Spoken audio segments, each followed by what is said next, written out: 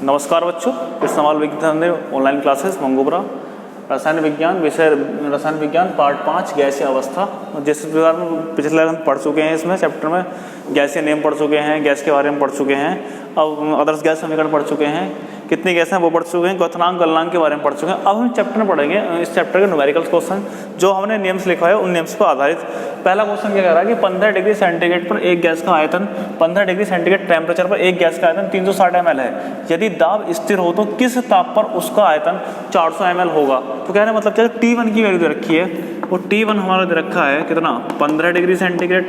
15 degree centigrade का मतलब क्या कि हम इसे केल्विन में कन्वर्ट करेंगे। क्या में कन्वर्ट करेंगे? केल्विन में कन्वर्ट करेंगे। तो 15 डिग्री सेंटीग्रेड प्लस 273 कितना, 273 तो कितना आएगा 288 केल्विन। क्या में जाएगा 288 केल्विन।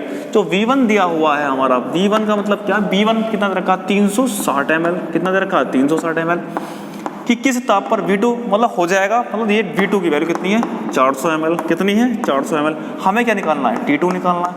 अब एक नियम था कि स्थिर दाब पर किसी गैस की निश्चित मात्रा का आयतन उसके परम ताप के समानुपाती होता है। कौन से दाब पर? स्थिर दाब पर किसी गैस की निश्चित मात्रा का आयतन उसके परम ताप के समानुपाती होता है। तो वो किसका नियम था? चार्ल्स का नियम। किसका नियम था? चार्ल्स।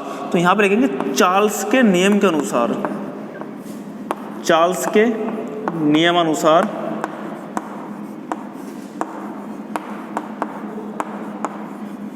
तो जो चार्ल्स का नियम आपका है, उस चार्ल्स का नियम क्या है आपका, कि चार्ल्स ने क्या बताया था कि स्थिर दाब पर किसी गैस की निश्चित मात्रा का आयतन उसके परम ताप के समानुपाती होता है। लेकिन अगर विभिन्न ताप और दाब होते हैं तो उस कंडीशन में हम क्या करेंगे, विभिन्न ताप और आयतन के लिए V1/T1 = V2/T2 लगाएंगे और ये आपकी बन जाएगी। V1 की वैल्यू कितनी है, 360 बटा T1 कितना है हमारा, 288 = V2 कितना है, 400 ml बटे T2 में निकालना है।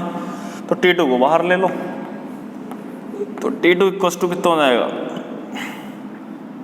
T2 बराबर हमारा हो जाएगा,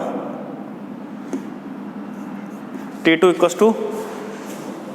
हो जाएगा 288 × 400 360 कितना जाएगा, बटा 360।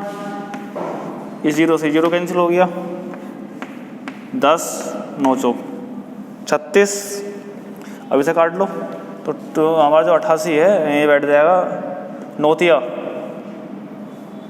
27, एक बचा 9 दूनी 18।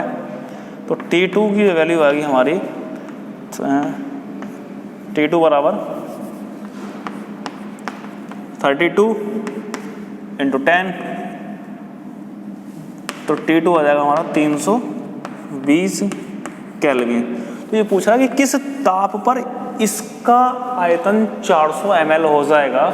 अब ये 320 केल्विन में आया, हमें आयतन का चाहिए डिग्री सेंटीग्रेड में। तो हम क्या करेंगे, तो T2 बराबर, तो T2 की वैल्यू है वो क्या करेंगे, T2 = कितना जाएगा हमारा, तो 320 दिया है, तो 320 में से 273 माइनस कर देंगे। तो 10 में से 7 गए, 3 गए, 7 बचा, 11 में से 7 गए, 4 बचा। तो कितना है, 47 डिग्री सेंटीग्रेड। अर्थात इस गैस का जो हमारा आयतन है, मतलब 15 डिग्री सेंटीग्रेड और एक गैस का आयतन 360 ml हो जाता है। यदि दाब स्थिर हो तो किस ताप पर उसका आयतन 400 ml हो जाएगा। तो कहने मतलब क्या है कि इसका जो आयतन हमारा, एक बार फिर देख लो क्या है कि जो T1 की वैल्यू है वो हमारी 15 डिग्री सेंटीग्रेड, हमने कितनी करते, 15 डिग्री प्लस 273 और 288 केल्विन हो गया। V1 की जो वैल्यू दी हुई है वो कितनी है, 360 ml दिया है।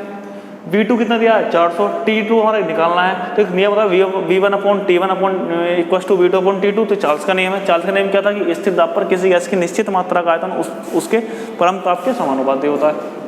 हमने वैल्यू लगाई, कैलकुलेट करने के बाद हमारी वैल्यू है 320 केल्विन आया। तो 320 केल्विन में से 273 हमने माइनस करा, तो 47 डिग्री सेंटीग्रेड। अर्थात वह जो ताप होगा, अर्थात क्या है, अर्थात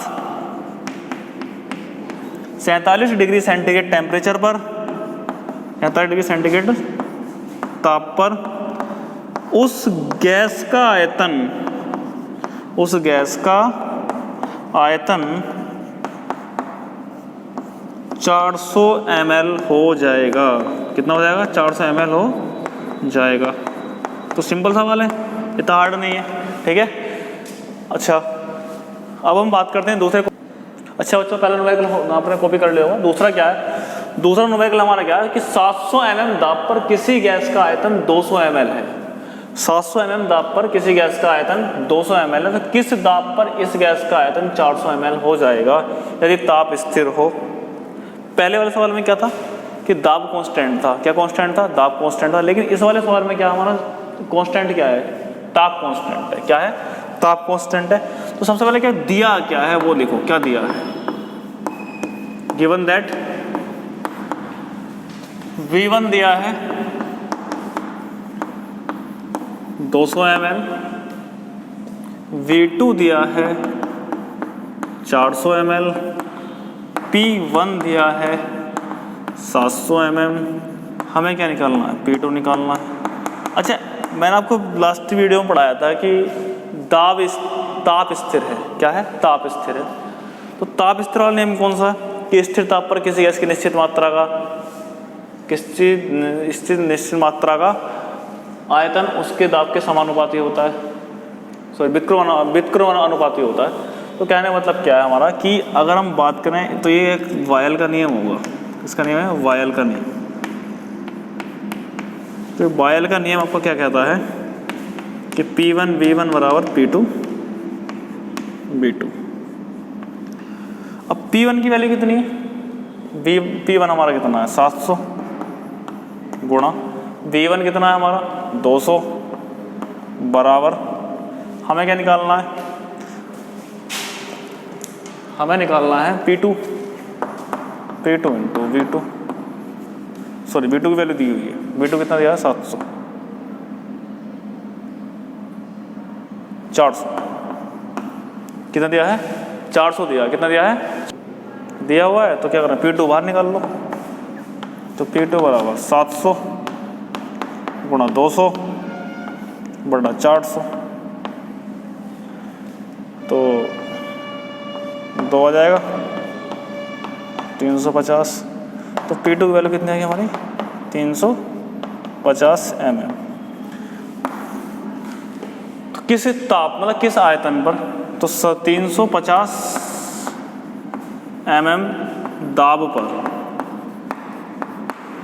इस गैस का आयतन कितना हो जाएगा? 400 ml। मतलब क्या है, अगर हमारा आयतन बढ़ेगा तो दाब कम होगा, और दाब बढ़ेगा तो हमारा आयतन क्या हो जाएगा? कम हो जाएगा। लेकिन यहाँ पे क्या है 350 mm, मतलब दाब कम होगा तो आयतन हमारा ऑटोमेटिक ही बढ़ जाएगा, क्योंकि ये P इज प्रोपोर्शनल 1/B होता है। P इज प्रोपोर्शनल 1 मतलब बायल का जो नियम है क्या हमारा कि स्थिर ताप पर किसी गैस की निश्चित मात्रा का दाब या निश्चित मात्रा का आयतन उसके दाब के व्युत्क्रमण अनुपाती होता है। ठीक है। अब हम बात करते हैं अगले टॉपिक की बात करते हैं। ठीक है, क्या बात करते हैं? अगले टॉपिक की बात करते हैं। इतना आप इसे कॉपी कीजिए। हमारा कि क्वेश्चन बोल रहा है कि 1 ग्राम H2 का STP पर क्या आयतन होगा? क्या आयतन होगा? 1 ग्राम H2 का ST पर क्या? मैंने आपको आदर्श गैस समीकरण पढ़ाई थी। तो आदर्श गैस समीकरण क्या थी? आदर्श गैस समीकरण। तो आदर्श गैस समीकरण के बाद हमारा क्या था कि आदर्श गैस समीकरण क्या थी हमारी? PV = nRT थी हमारी। क्या थी? PV = nRT थी। अब PV = nRT हमारी दी हुई थी। इसमें क्या करना है हमें? देखो 1 ग्राम H2 का STP पर क्या आयतन होगा? तो जो STP भी है, STP पर जो P की वैल्यू होगी वो होगी हमारी STP पर P हमारा 1 होगा।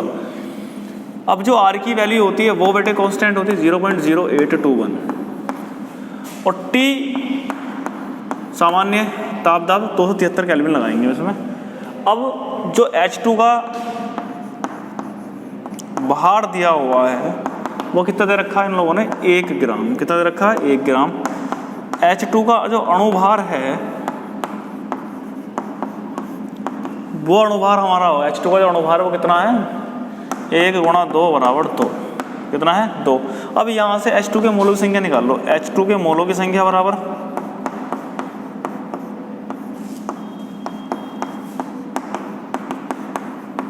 H2 का भार बटे H2 का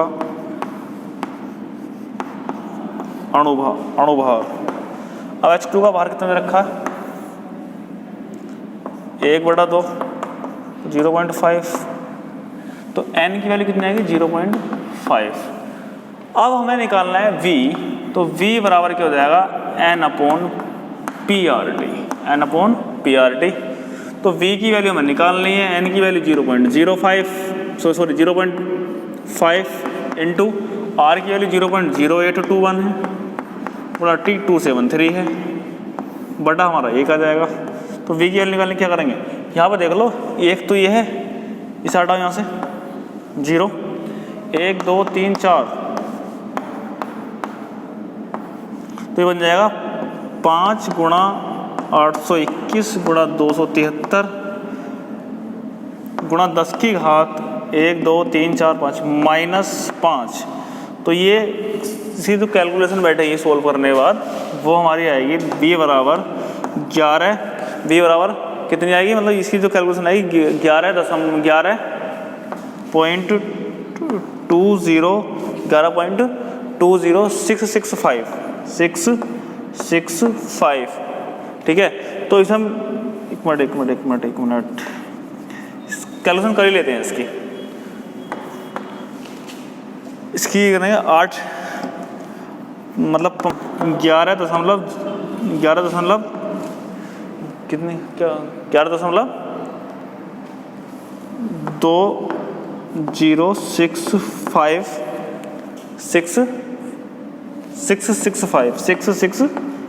1 2 3 4 5, तो यह जाएगा तुम्हारा 11.2 लीटर, ठीक है।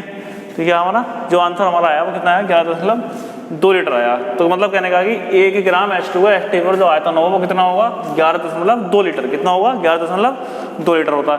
तो इसी न्यूमेरिक के साथ हमारा ये चैप्टर है गैसीय अवस्था ये हमारा खत्म होता है, ठीक है। इसकी जो PDF वगैरह मैं आपको सेंड कर दूंगा, और कोई अगर कोई दिक्कत हो तो मेरे व्हाट्सएप नंबर पे या ग्रुप के नंबर में से मेरा मतलब कॉन्टैक्ट नंबर निकाल के वहाँ से आप उससे संपर्क कर सकते हैं। इसके बाद देखिए हमारे जब अब तक जो चैप्टर हुए हैं, पहला चैप्टर हमारा हो चुका है, दूसरा हमारा हो चुका है, मतलब पहला है some basic concept of chemistry, दूसरा एटॉमिक स्ट्रक्चर, तीसरा तत्वों का आवर्ती वर्गीकरण, चौथा तत्व हमारा रासायनिक आबंधन तथा आणविक संरचना, पांचवा था हमारा गैसीय अवस्था। इस चैप्टर के बाद हमारा छठा चैप्टर स्टार्ट होगा, उसका नाम है ऊष्मागतिकी। क्या नाम है उसका? ऊष्मागतिकी। अब ऊष्मागतिकी हम क्या पढ़ेंगे कि भौतिक रसायन का ही चैप्टर है, उसमें जो रासायनिक अभिक्रियाएं होती हैं, तो कुछ रासायनिक अभिक्रियाएं ऐसी होती हैं जिसमें एनर्जी निकलती है, कुछ रासायनिक अभिक्रिया ऐसी होती हैं जिनमें एनर्जी हमें देनी पड़ती है। तो जितनी भी हमारी केमिकल्स रिएक्शंस होती हैं, उन केमिकल्स रिएक्शंस के अंदर जो एनर्जी एब्जॉर्ब की जाती है या जो एनर्जी निकाली जाती है, उसकी एंथैल्पी एनर्जी या उस एंट्रोपी या फिर जितनी भी मतलब कैलकुलेशन हमारी होगी रिएक्शन बेस पे, तो हमारी काय के अंतर्गत होती है? ऊष्मागतिकी के अंतर्गत होती है। इसमें हम क्या पढ़ेंगे? ऊष्मागतिकी का प्रथम नियम पढ़ेंगे, निकाय पढ़ेंगे, परिवेश, सीमा, एंट्रोपी, एंथैल्पी, रासायनिक अभिक्रियाओं के प्रकार, ऊष्माक्षेपी रासायनिक, तो आदि वगैरह जो चीज़ें हम इसे पढ़ेंगे, ठीक है। तो इसी के साथ आज का लेक्चर हम कवर करते हैं। धन्यवाद।